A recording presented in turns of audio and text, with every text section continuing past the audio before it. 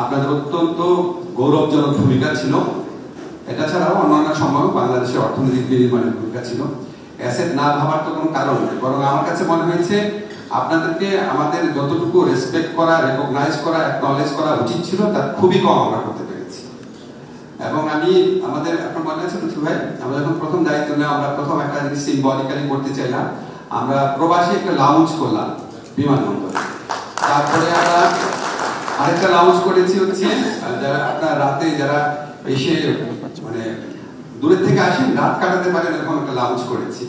ওইখানে আমরা যারা হেল্পিং হ্যান্ড রেখেছি কিছু, ওখানে যারা আপনার বিশেষ করে মিডল ইস্টে, আমি আপনাদেরকে ফ্র্যাঙ্কলি একটু বলি, আমাদের মূল পারপাসে ছিল যারা মিডল ইস্টে মালয়েশিয়াতে যায় ওনাদের অনেক বেশি অসুবিধা, তো ওনাদের অসুবিধাগুলো দূর করার জন্য এয়ারপোর্টে সবসময় সাহায্যকারী যারা আছে আমাদের প্রবাসী কল্যাণ মন্ত্রণালয় থেকে সবসময় আমরা সাহায্য করেছি।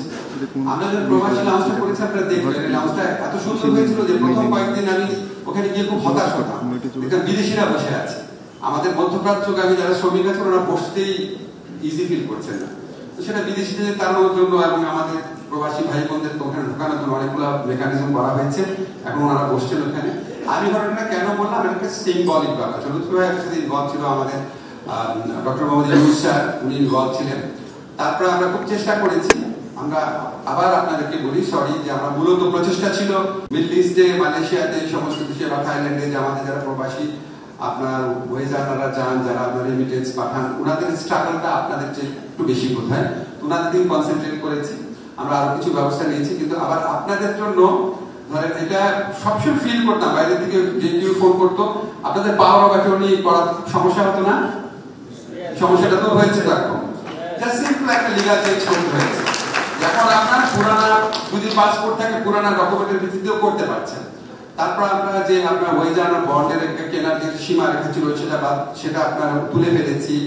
আমরা আপনার মালয়েশিয়াতে যখন আমাদের শ্রমিক ভাইরা যেতেন ওনারা কখনো মাল্টিপল এন্ট্রি ভিসা পেত না, এটা আমরা করতে পেরেছি। 6 তারিখে আমি সৌদি আরবে যাব, বাংলাদেশের ইতিহাসে প্রথমবারের মতো সৌদি আরবের সাথে বাংলাদেশের একটা এমপ্লয়মেন্ট করে এগ্রিমেন্ট হবে। আমি কথা বললাম, এটা কিন্তু মানে আমার একটা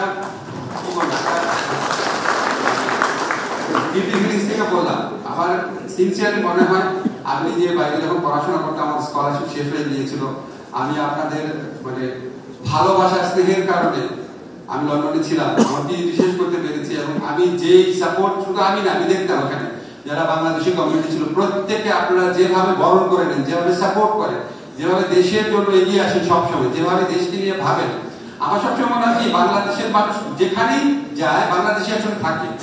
মাঝে মাঝে একটু কষ্ট লাগে যে আপনারা কেন আওয়ামী লীগ, বিএনপি বা বাঞ্ছারামপুর থানা এটা কেন নিয়োগে বা লন্ডনে করবেন, আপনারা কেন মেইন স্ট্রিম পলিটিক্সে ঢুকবেন, এটা মনে হয়। কিন্তু এটার পেছনে যে ভালোবাসাটা দেশের প্রতি এটা অভিভূত করে আমার।